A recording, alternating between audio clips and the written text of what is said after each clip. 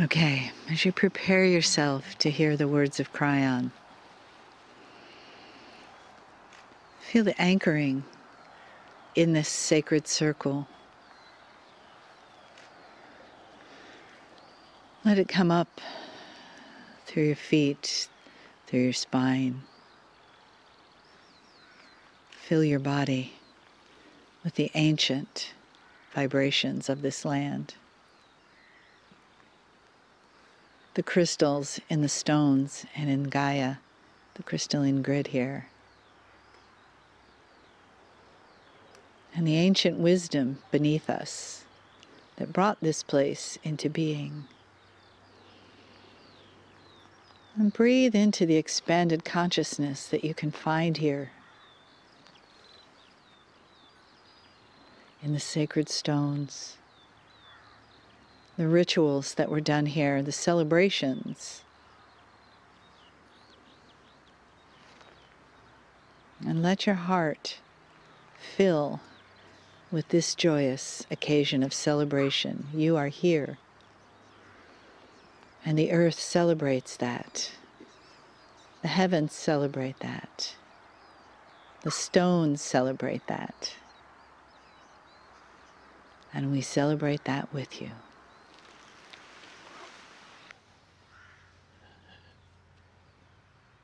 Greetings, dear ones. I'm Kryon of Magnetic Service. For the listener, we find ourselves at Stonehenge. This very famous place, dear ones, is a place where you are honoring the builders, the ancestors, and also you're honoring the fact that this is a site which is stewarded today, protected today, so that you can see it as close as possible to the way it was discovered. There aren't that many mysteries here, but there is honorings. This is the sixth message in this land. And to the listener, if you've come upon this and you want to know where the others are, you're in the wrong place. It should be obvious, and there's a place where these messages are stewarded and put together in order. If you look upon this site and compare it to the others, there is something obvious. It's more elegant. If you could look 1,000 years ahead in time, what do you think your society might look like? Very different indeed. 1,000 years ago, what would society look like, yours? And the answer is very different. And that's about the amount of time between those who built the last circle you stood in and this one. So there is an elegance here that was not there before. And the elegance isn't just in that which they are now balancing the stones and putting them in perfect circles, but the elegance comes in the realization of celestial alignment. They understand the equinoxes. They understand the shadows that are cast when certain things take place. And there is an honoring in that. It might even be a cosmic honoring in that. It brings those who built it closer, even to the sky. It's like their way of saying we are now one with nature, understanding the system of nature, will celebrate and participate. This is a multi-purpose circle, just like the others. But whereas the other ones seem to have a tendency to have been built for that which is birth, this one is built for Gaia. So taking a look at fertility over and over through the ages, this one now starts to change. We're looking at those who are looking at the cosmos and figuring systems out. but it's still a henge, and it has the tradition of most of the henges. So I go back to that which I told you about the last circle we were in. If you looked at the dating of what came first here, it's interesting. The first was the ditch and the avenue, the causeway. For it's always the ditch and the causeway because this helps build the henge, the rocks, the circle. In this particular case, there's an unusual distance of time between that which the ditch was built and the rocks were placed. There were other things that happened. The ditch that was built that you see around this one, even the avenue, was not actually for this one. It was for others that came first. There's two kinds, basically, of stones here from two different areas. The ones that I sit within, a smaller circle, was part of the original set of stones. They've been identified as from a place about 130 miles from here, called Wales. And one of the mysteries is, how did they get the stones here? For the quarry, that is to say, where the stones are, where they're from, where they lay around on the ground, a natural resource, there's no obvious way they got them here. There's no roads or indication of former roads. A difficult task it would be to carry them all of that distance, or push them, or tow them. Dear ones, I'm going to give you something now that the archaeologists will laugh at until they discover their own evidence.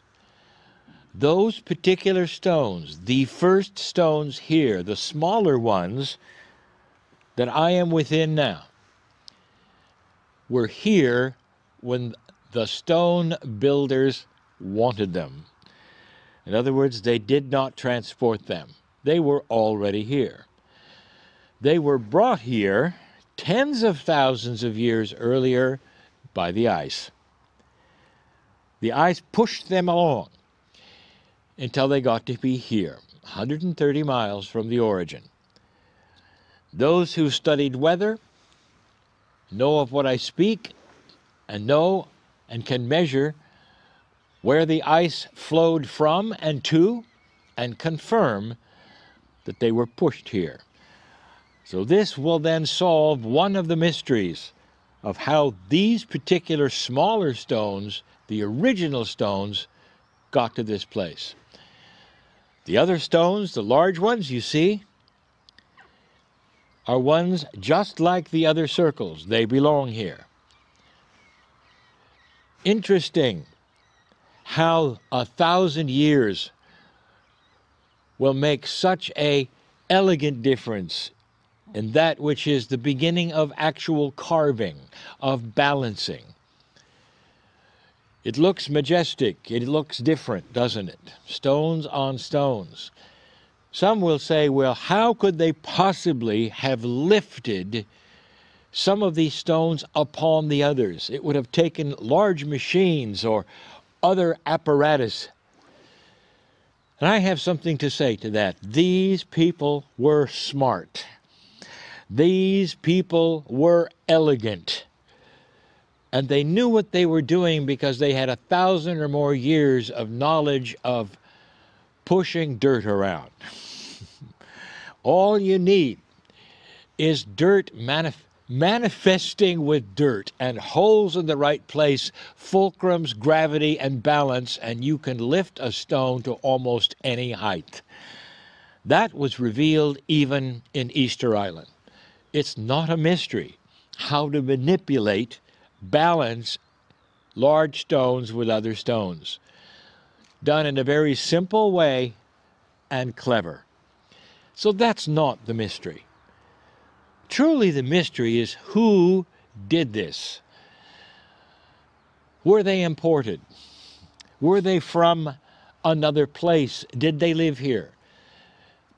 Is it possible, dear ones, that by that time there were specialists?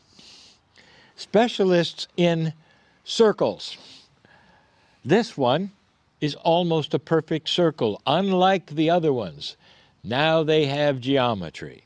Now they understand celestial alignment, and their alignment, oddly enough, is the same alignment of the pyramids.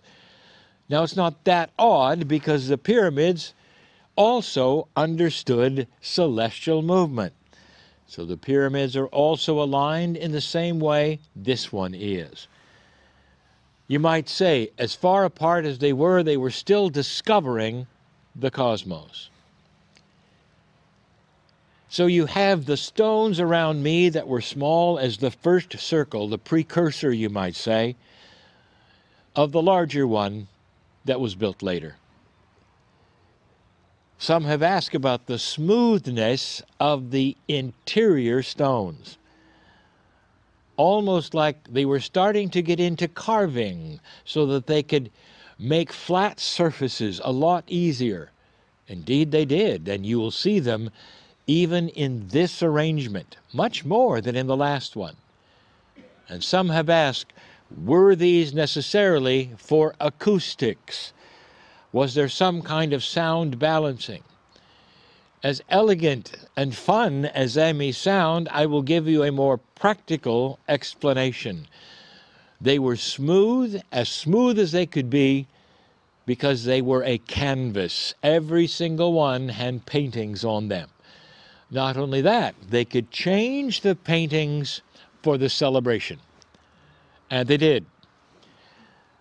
So here you have understandings that start to begin with the creation, with the paintings, the stonework, all of the things you start to see here, and much which you cannot see because you weren't there.